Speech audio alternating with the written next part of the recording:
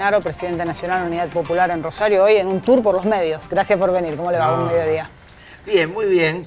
Con alegría porque estamos inaugurando un curso de formación de historia del movimiento obrero argentino, aproximación desde los trabajadores, en ATE, todos los lunes, de 17 horas a 20.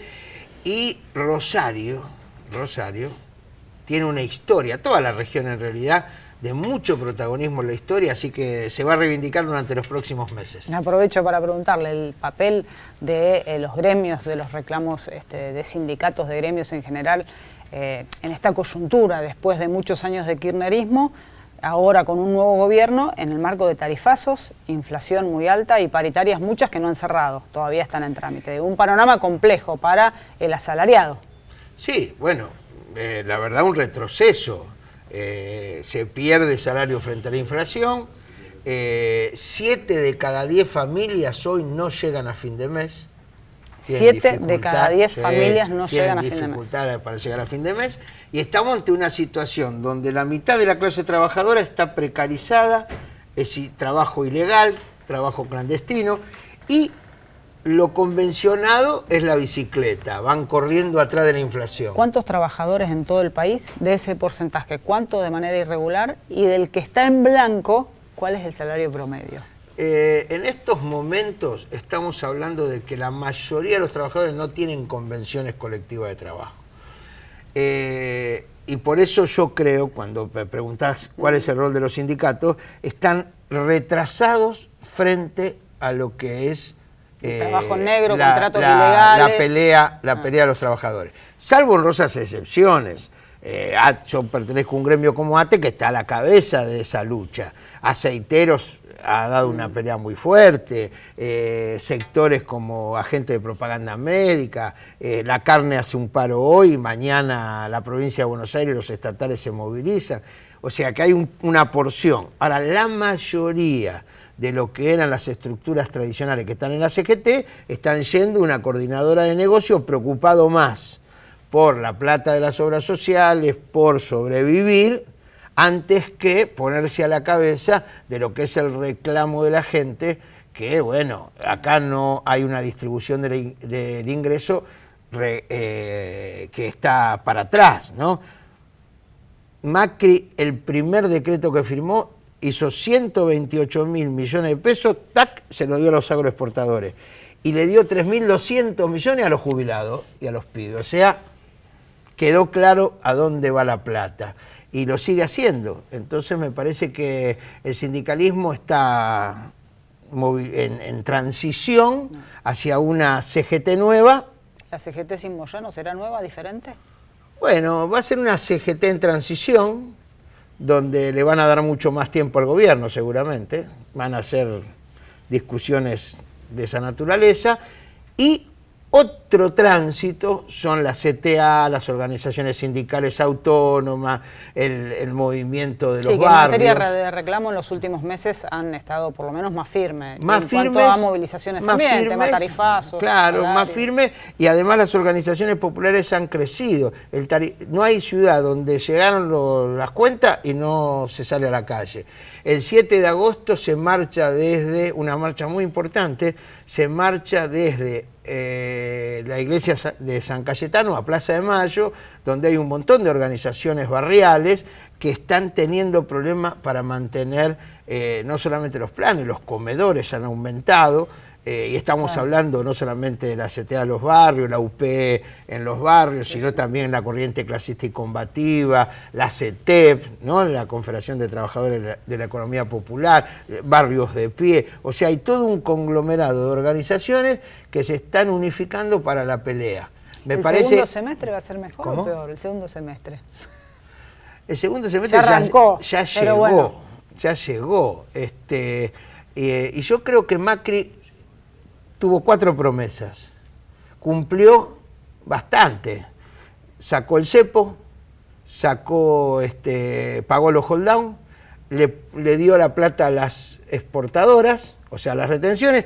Ahora, pobreza cero, ni de casualidad. ¿Cuántos? 1.300.000 pobres más. Esa es la realidad de Macri. ¿En 6 meses? En 6 meses. Esos son los cálculos Yo siempre trato de usar los cálculos más... A ver, el INDEC nos mintió durante 8 años, nos mintió, ¿no? Sí. Ahora se están haciendo nuevas estadísticas, ¿no?, de lo que sea inflación y demás. ¿Hay algún dato que corrobore esto que hacen entidades alternativas que no son oficiales? Bueno, la encuesta permanente de hogares está en discusión. Los compañeros trabajadores del INDEC, afiliados a ATE, que resistieron la intervención. O sea, nosotros denunciamos lo que era el vaciamiento del INDEC y peleamos. Ahí los compañeros fueron un baluarte fundamental. Ellos dicen que el sueldo mínimo para dejar de ser pobre de una familia tipo es 16.900 pesos. Bueno, ahí vuelve a la pregunta, ¿cuántos trabajadores hay en la Argentina? No, la mayoría están por debajo, no de esta cifra, por mucho menos. Bueno. De esta cifra, la mayoría de los trabajadores en el país. O sea que lo que hay es una distribución inequitativa de la riqueza. Pensemos que se habla de los subsidios, que hay que aumentar el tarifazo para evitar los subsidios a las empresas. Quiere decir que le daban subsidios a las empresas. ¿Qué pasa si esos subsidios no se los dan a los sectores populares? Hay un cambio. Lo que la empresa quiere es seguir ganando y el Estado, el gobierno, elige, en vez de pagarle los subsidios a las empresas, darle los subsidios a los grandes grupos o endeudarse en el país. En general en el mundo los servicios, ya sea de transporte u otros, están subsidiados. Sí. Lo que acá uno a veces hace el hincapié es dónde están los controles del Estado para algunas cuestiones, porque ha habido muchas privatizaciones o administraciones que no se ha invertido lo que se estipuló en el marco de un acuerdo que se ha firmado. Sí. ¿Quién controla? Lo que está claro es que ha sido un fracaso la política de privatizaciones. En un país donde tenemos gas para quemar o para exportar, realmente que las empresas que decían que iba a ser más barato, ahora nos plantean que tiene que ser más caro, la política de privatización fue un fracaso. Se ha subsidiado al petróleo, a las empresas petroleras se le paga por encima del precio internacional del petróleo. O sea, hay un déficit muy importante en esas políticas. Y sobre todo Aranguren. No se puede admitir. Es un ministro que maneja el área estratégica de su empresa. Él es accionista de Shell. No debería estar ahí. Hoy el presidente de la Nación, después de conocer la semana pasada, un fallo que abarca todo el país, que congela lo que fue el aumento del gas. Hoy Macri decía que si en una casa estamos en remera y en patas, concretamente, no estamos ahorrando energía. Bueno, no sé dónde vive él, no lo veo estar en remera y en pata y además no forma parte de esa gente que sufre cotidianamente la limitación de los servicios públicos.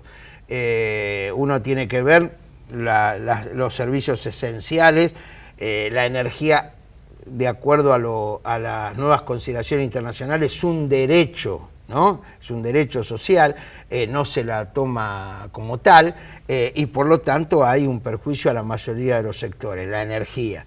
Imaginémonos en estos momentos, en la Argentina la política se lleva en minería, en petróleo, en riqueza hictícola, en los grupos agroexportadores y en el sector financiero, las 5 rentas fundamentales, se concentra y se extranjeriza. En la Argentina se tiene una deuda de 260.000 millones de dólares. Es un fangote. Ahora, hay un grupo de argentinos que tiene afuera 400.000 millones de dólares. Entonces, ¿cómo es eso? ¿Qué negocio hay esto? Bueno, Macri es el representante de esos sectores. Y me parece que nosotros que hemos denunciado lo que pasaba con el gobierno anterior, que hemos luchado contra la pérdida de derechos en el gobierno anterior. No estamos ni con los que pesan la plata en bolso, pero tampoco vamos a estar con los que entregan el país. Último, en 30 segundos, que ya no hay más tiempo.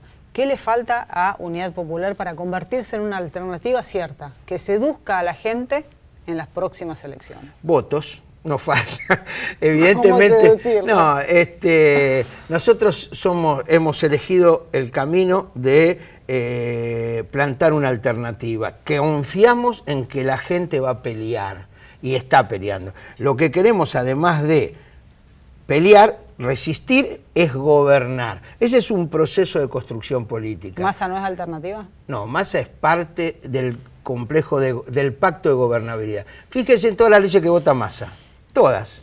Las importantes para el sistema, ahí está atrás Massa.